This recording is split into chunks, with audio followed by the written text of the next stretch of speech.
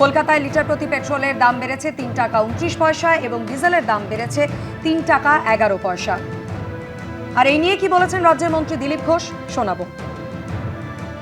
যুদ্ধ চলছে বা যে কারণে দাম বাড়ছে এটা আমাদের হাতে নেই, সেটা আমাদের ভবিষ্যতের কথা ভেবে প্রস্তুতি নিতে হবে। সেটা মাননীয় প্রধানমন্ত্রী ঘোষণা করেছিলেন আগেই। বিশ্বজুড়ে যে সংকট চলছে তার থেকে আমরা আলাদা থাকতে পারি না। অয়েল কোম্পানিগুলো হাজার হাজার কোটি টাকা লস করছে দাম বাড়ায়নি বলে সরকার। তার ওটা সীমা থাকতে পারে, তাদেরও ব্যবসা চালাতে হয়, তো সেই জন্য সরকার যতটা সম্ভব টানার পরে এটা করতে বাধ্য হয়েছেন। কলকাতায় লিটার প্রতি পেট্রোল এবং ডিজেলের দাম 3 টাকারও বেশি বেড়েছে। আর এবার দেখাবো দেশের অন্যান্য বড় শহরের ছবিটা। দিল্লিতে পেট্রোলের লিটার প্রতি দাম 3 টাকা বেড়ে হয়েছে 97 টাকা 77 পয়সা।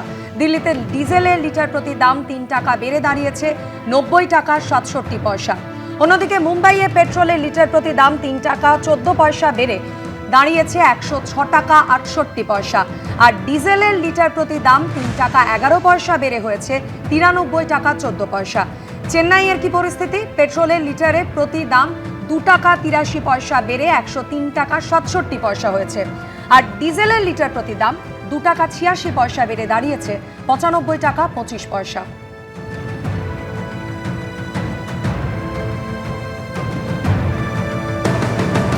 যাদবপুরের পেট্রোল পাম্প থেকে আমাদের প্রতিনিধি সন্দীপ সরকার সরাসরি রয়েছেন আমাদের সঙ্গে। সন্দীপ, খুব স্বাভাবিকভাবেই চাপ কিন্তু বাড়ছে, সাধারণ মানুষের ওপরেই এই চাপ আসবে। পেট্রোল ডিজেলের দাম এক ধাক্কায় 3 টাকার কিছু বেশি বেড়ে গেল লিটার পিছু। খুব স্বাভাবিকভাবে জিনিসপত্রের দাম বাড়বে, যাত্রী পরিবহনের ওপরও কিন্তু খরচা বেড়ে যাবে। সাধারণ মানুষ উপস্থিত কে হয়েছেন, কি বলছেন তারা? দেখো, সকাল থেকেই আমরা দেখতে পাচ্ছি যে পাম্পে সাধারণ মানুষ আসছেন এবং তাদেরকে এই নতুন দামেই তাদেরকে তেল ভরাতে হচ্ছে। যারা পাম্পে আসছেন, যে সমস্ত মানুষজন, তাদের সাথে একটু কথা বলার চেষ্টা করব।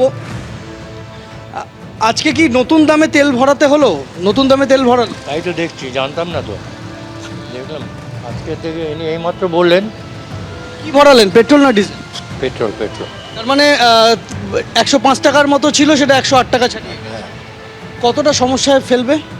সমস্যা তো ফেলবে, সবারই ফেলবে এটা। এখন কী করা যাবে, বেড়েই যাচ্ছে পেট্রোল। গাড়ি কি আপনার? হ্যাঁ, আমার নিজের। আপনিও না? হ্যাঁ, আমিও। খরচ তো বাড়লো, গাড়ির খরচ নিশ্চয়ই স্বাভাবিক, সব কিছুতে এফেক্ট পড়বে না, পেট্রোল যখন বাড়বে। এই আশঙ্কাটাই করছেন সকলে যে দামের এই প্রভাব শুধু যে যাদের গাড়ি রয়েছে তাদের ওপরে সীমাবদ্ধ থাকবে এমনটা তো নয়। তার কারণ এই পেট্রোল ডিজেলের দাম বৃদ্ধি সমাজের সব ক্ষেত্রকে প্রভাবিত করে। ফলে সেই জায়গাটা কতটা প্রভাব পড়বে, কত দিনে প্রভাবটা পরিলক্ষিত হবে, একেবারে সরাসরি বাস ভাড়া এবং অন্যান্য যে সমস্ত গণপরিবহন রয়েছে সেই ভাড়া বৃদ্ধির পথে মালিকরা হাঁটবেন কিনা, এই আশঙ্কা থাকছে। আমরা দেখেছিলাম যে অটো এলপিজির দাম যখন দফায় দফায় বাড়লো, তখন কলকাতাতে এমন কোনো রুট নেই যেখানে অটো ভাড়া বাড়েনি, এবং এখনও অটো এলপিজির দাম যেহেতু কমেনি, ফলে সেই বর্ধিত ভাড়া কিন্তু লাগু রয়েছে।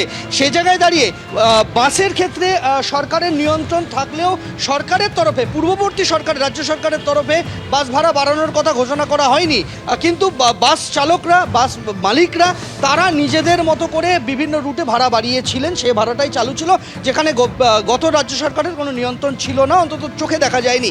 এবার এক্ষেত্রে কি দাঁড়াবে?